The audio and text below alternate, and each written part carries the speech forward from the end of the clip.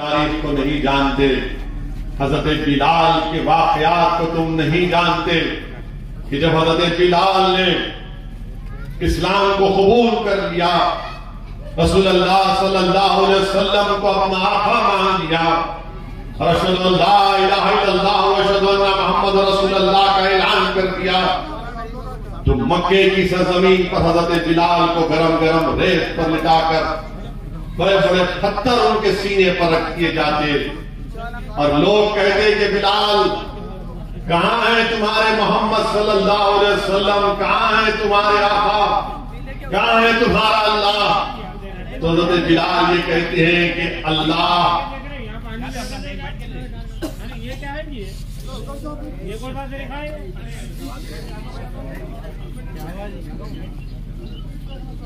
تھوڑی دیر سن لیجئے، یہی ہوتا ہے جو کہ نفس آتی ہے، نفس بیچ میں آ جاتی ہے۔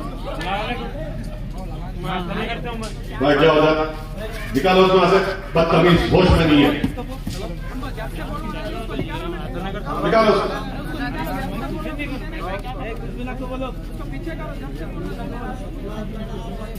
میرے عزیز دوستوں اور بزرگوں، آپ سے ہی عرض کر رہا تھا میں کہ ہم کو اپنے حوصلوں کو بلند رکھنا ہے اور پورے استقامت کے ساتھ ہم کو اپنا کام کرنا ہے، اپنے دین پر چلنا ہے، اپنی مسجدوں کو آباد رکھنا ہے، اور میں اپنی عزتدار ماں اور بہنوں سے یہ عرض کر رہا ہوں کہ آپ کو پوری بلا خوف آپ حجاب پہنیے، برقع پہنیے، نقاب پہنیے، چادر اوڑھیے، مگر یاد رکھیے ظالم کے ظلم کے ڈر سے ہم اپنے دین کو نہیں چھوڑ سکتے، نہ چھوڑیں گے انشاءاللہ تعالی۔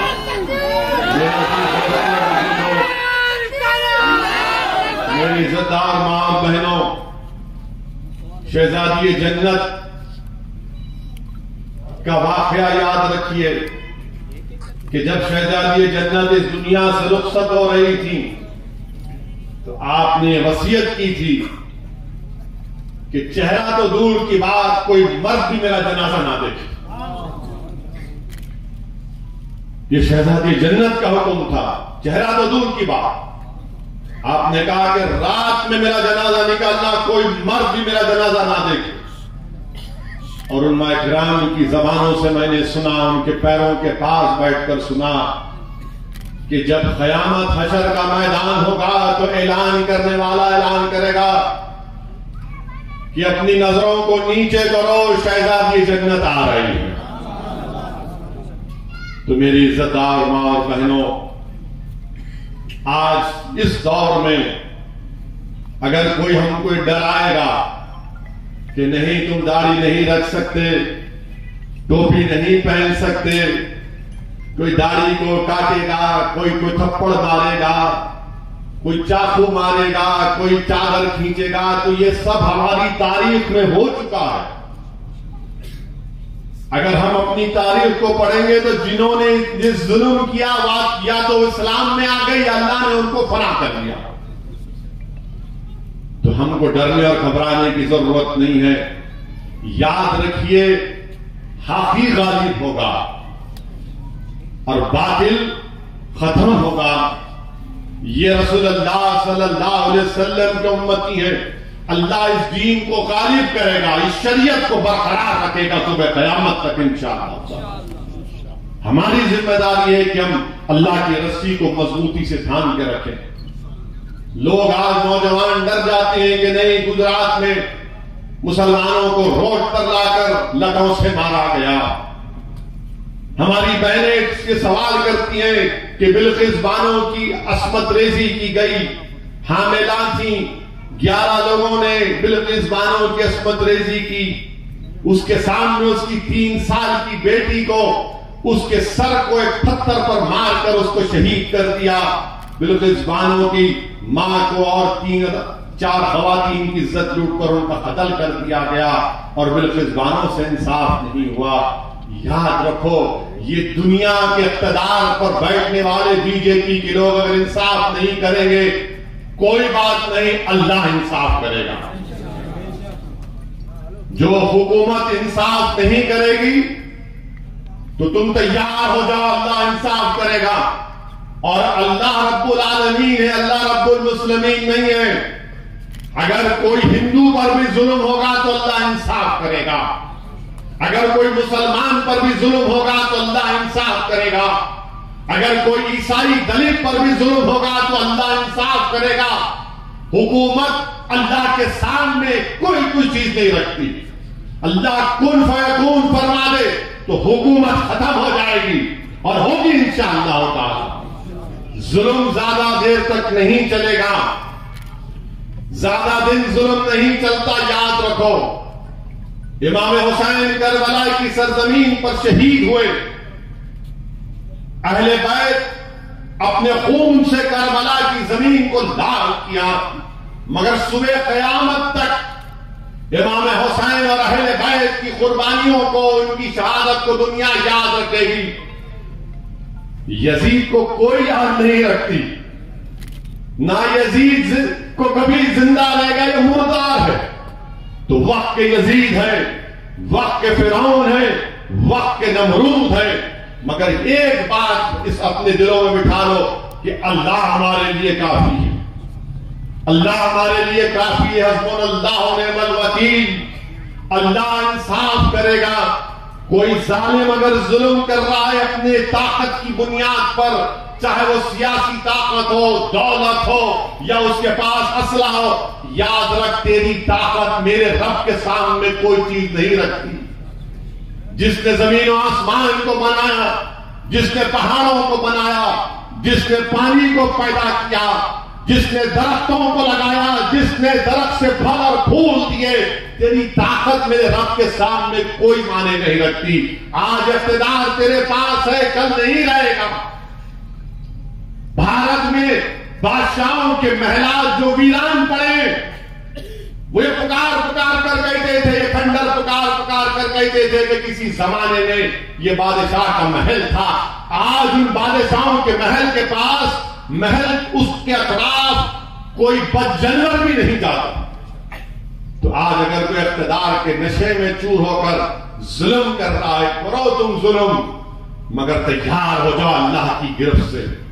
اور بھارت کے وزیر اعظم یاد رکھو، جب آپ کی تاریخ لکھی جائے گی تو مورخ ضرور لکھے گا کہ جب آپ چیف منسٹر تھے گجرات کے تو ہزاروں کی تعداد میں آپ کے چیف منسٹری کے دور میں گجرات میں آپ کی سرکار ناکام ثابت ہوئی، لوگوں کا قتل عام ہوا۔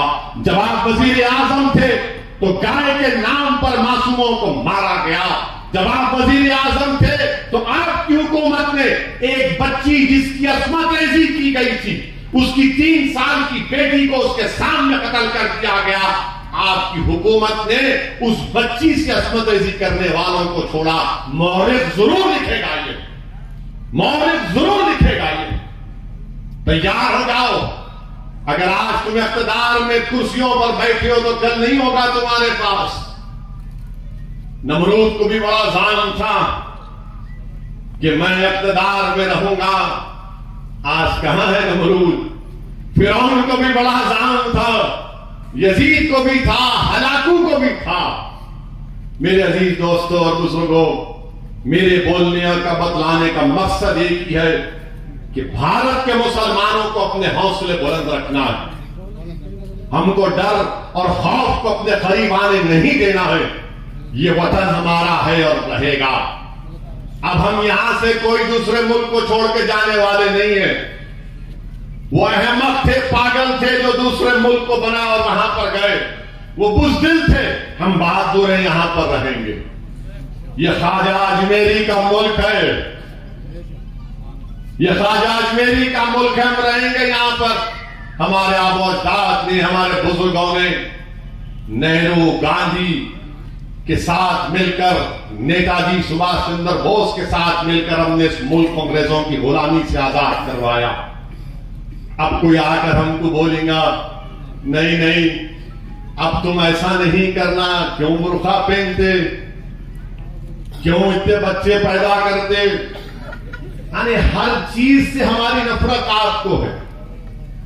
میں ہماری ماں اور بہنوں سے کہنا چاہ رہا ہوں کہ مسلمانوں کا جو برتھ ریٹ ہے TFR جس کو کہتے ہیں ٹوٹل فرٹیلٹی ریٹ سب سے زیادہ گرا ہے وہ مسلمانوں کا گرا. تو آپ کو ڈرنے اور گھبرانے کی ضرورت نہیں. یہ بار بار نہیں پاپولیشن بڑھ رہا. RSS بولتی پاپولیشن بڑھ رہا.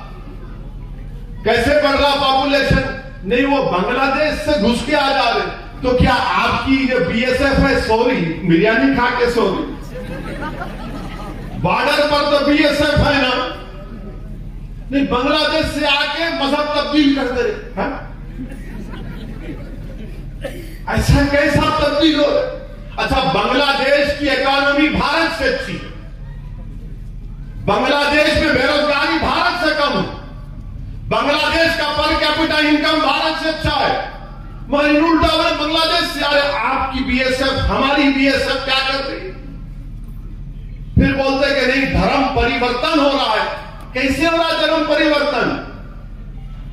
کہاں دھرم پریورتن ہو رہا ہے؟ آپ کو اتنا ڈر کیوں ہے؟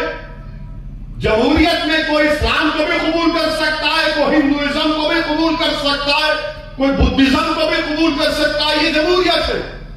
اور بھارت کا آئین یہ کہتا ہے کہ اس ملک کا کوئی مذہب ہی نہیں ہے. جو کسی خدا کو نہیں مانتا وہ بھی بھارت کا برابر کا شہری ہے. مگر BJP RSS کو نہیں, بنگلہ دیش سے گھس کے آ رہے, بچے پیدا کر رہے اور دھرم پریورتن ہو رہا. چوتھا کچھ نہیں بولیں گے.